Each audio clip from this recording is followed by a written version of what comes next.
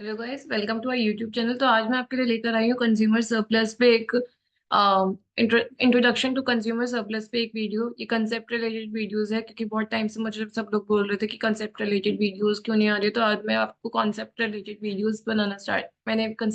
Videos बनाना start किया है। तो अगर आपको कोई भी स्पेसिफिक कंसेप्ट के रिलेटेड भी वीडियोस चाहिए तो आप कमेंट सेक्शन में मेंशन कर सकते हैं। लेकिन आज के लिए हम पढ़ेंगे कंज्यूमर सरप्लस। कंज्यूमर सरप्लस के अराउंड बहुत सारे क्वेश्चंस आते हैं हमारे इनिशियल इकोनॉमिक्स के फर्स्ट ईयर में भी, और ऐसे बहुत सारे कोर्सेज हैं जिसमें BECC 101 भी हमारा इंक्लूडेड होता है। तो आइए कंज्यूमर सरप्लस को देखते हैं और समझते हैं कि क्या होता है। तो कंज्यूमर सरप्लस मैंने यहाँ मेंशन कर रखा है। हमें कंज्यूमर सरप्लस की बहुत सारी डेफिनेशंस होती है, उनमें से कुछ डेफिनेशंस मैंने यहाँ मेंशन कर रखी है। फर्स्ट डेफिनेशन है the difference between the maximum price and the maximum price consumers are willing to pay for a product and the actual price. मतलब कि एक प्राइस जो कंज्यूमर विलिंग है पे करने के लिए और एक प्राइस जो उसका एक्चुअल प्राइस है, उसमें जो डिफरेंस होता है उसे हम कहते हैं कंज्यूमर सरप्लस। अज्यूम कीजिए कि आप एक प्रोडक्ट खरीदने गए, आप पेन खरीदने गए।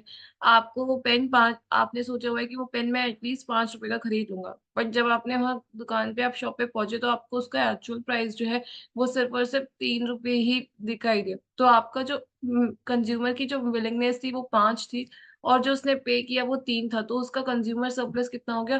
2। तो ये होता है हमारा difference between the maximum price consumers are willing to pay for a product and the actual price. इसे हम कहते हैं कंज्यूमर सरप्लस।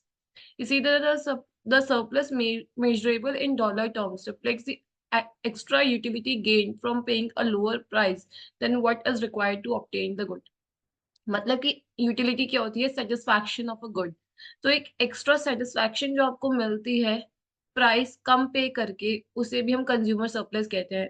क्योंकि आप 5 रुपए पे करने के लिए तैयार थे लेकिन आपने पे कितना किया? 3 रुपए।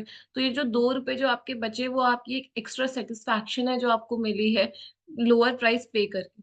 उसके बाद है consumer surplus can be measured by calculating the difference between the maximum willingness to pay and the actual price for each consumer and then summing those differences.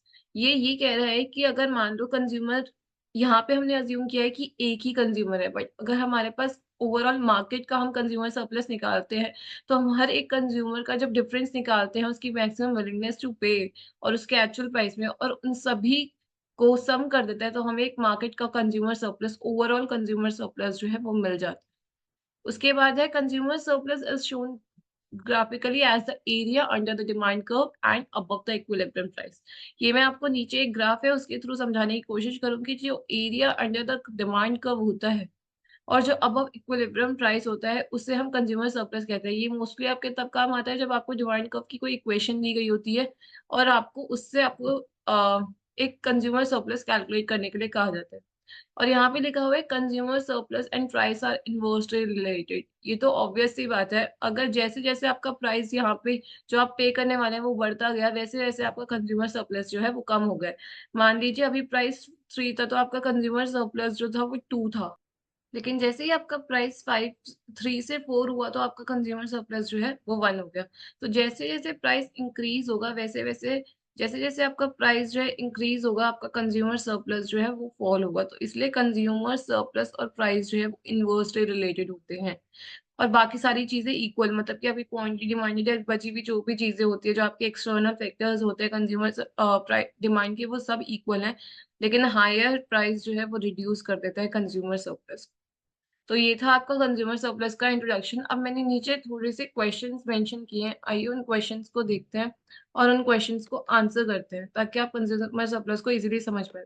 तो आइए चलते हैं, पहले हम इस ग्राफ को समझ लेते हैं। तो कंज्यूमर सरप्लस का ये ग्राफ होता है जहाँ पे एक्स एक्सिस पे हमारी क्वांटिटी होती है और वाई एक्सिस पे हमारा प्राइस होता है, और यहाँ पे हमें डिमांड कर्व दिया हुआ है। तो ये हमारा जो प्राइस है ये हमारा इक्विलिब्रियम प्राइस है, और ये जो क्वांटिटी है ये हमारी इक्विलिब्रियम क्वांटिटी है। तो हमने अभी ऊपर पढ़ा था कि कंज्यूमर सरप्लस क्या होता है।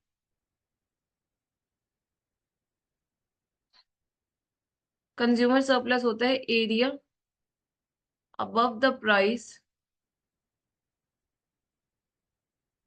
एंड बिलो द डिमांड को।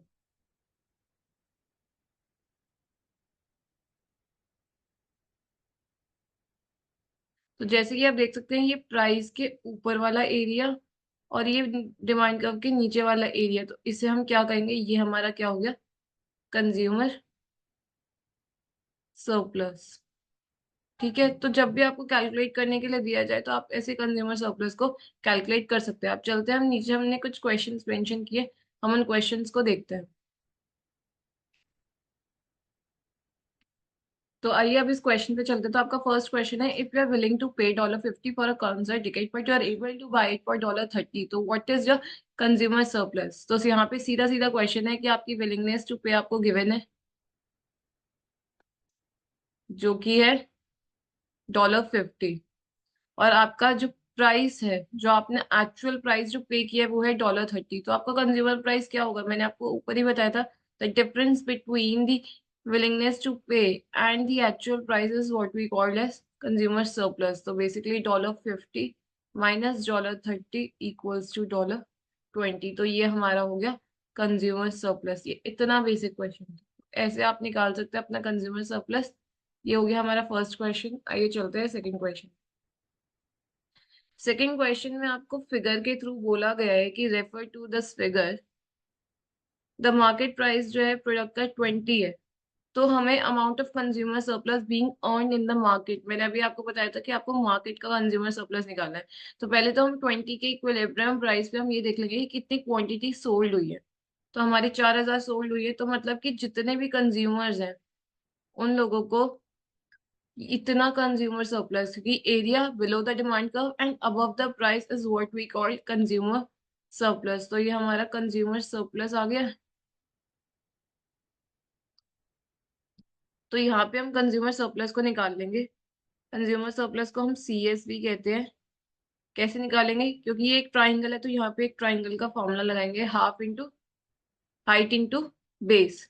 तो यहाँ पे हाइट क्या है हमारी, $50 माइनस $20, और बेस क्या है हमारा, क्योंकि 4000 सोल्ड हुई है तो वो 4000 माइनस 0 कर सकते हैं, आप उसे 4000 भी लिख सकते हैं।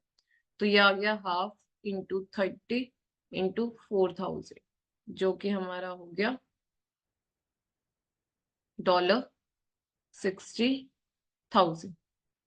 ठीक है, तो ये था हमारा जो हमें निकालना था consumer surplus for a market. बहुत बेसिक क्वेश्चंस आते हैं कंज्यूमर सरप्लस पे, और आप लोग इसी में फंस जाते हो क्योंकि आप समझ नहीं पाते हो कि बेसिकली कंज्यूमर सरप्लस अभी ग्राफ आ गया, इससे कैलकुलेट कैसे होगा। बट ये बहुत बेसिक क्वेश्चंस होते हैं और बहुत ज्यादा अटेम्प्ट मतलब स्कोरिंग क्वेश्चंस होते हैं, तो इन्हें कभी भी छोड़िए मत और इन्हें हमेशा अटेम्प्ट कीजिए।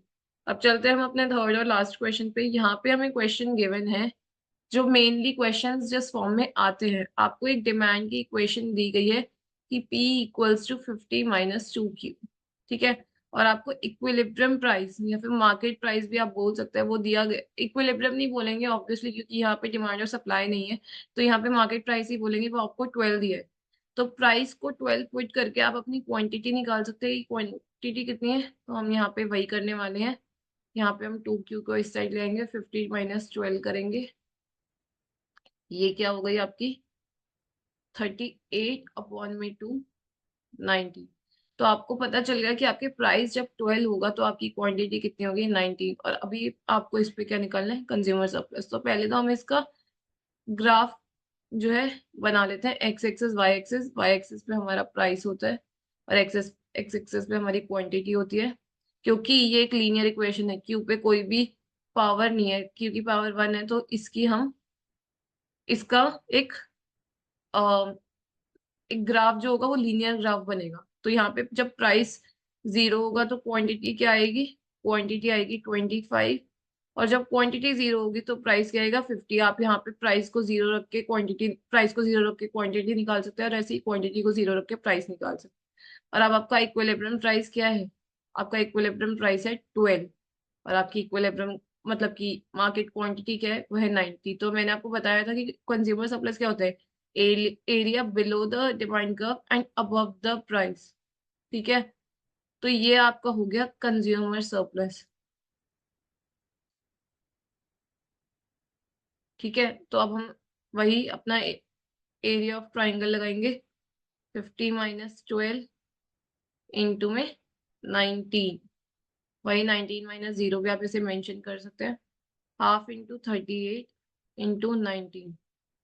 तो हमारा ये हो गया 19 to 19 which is equal to 361।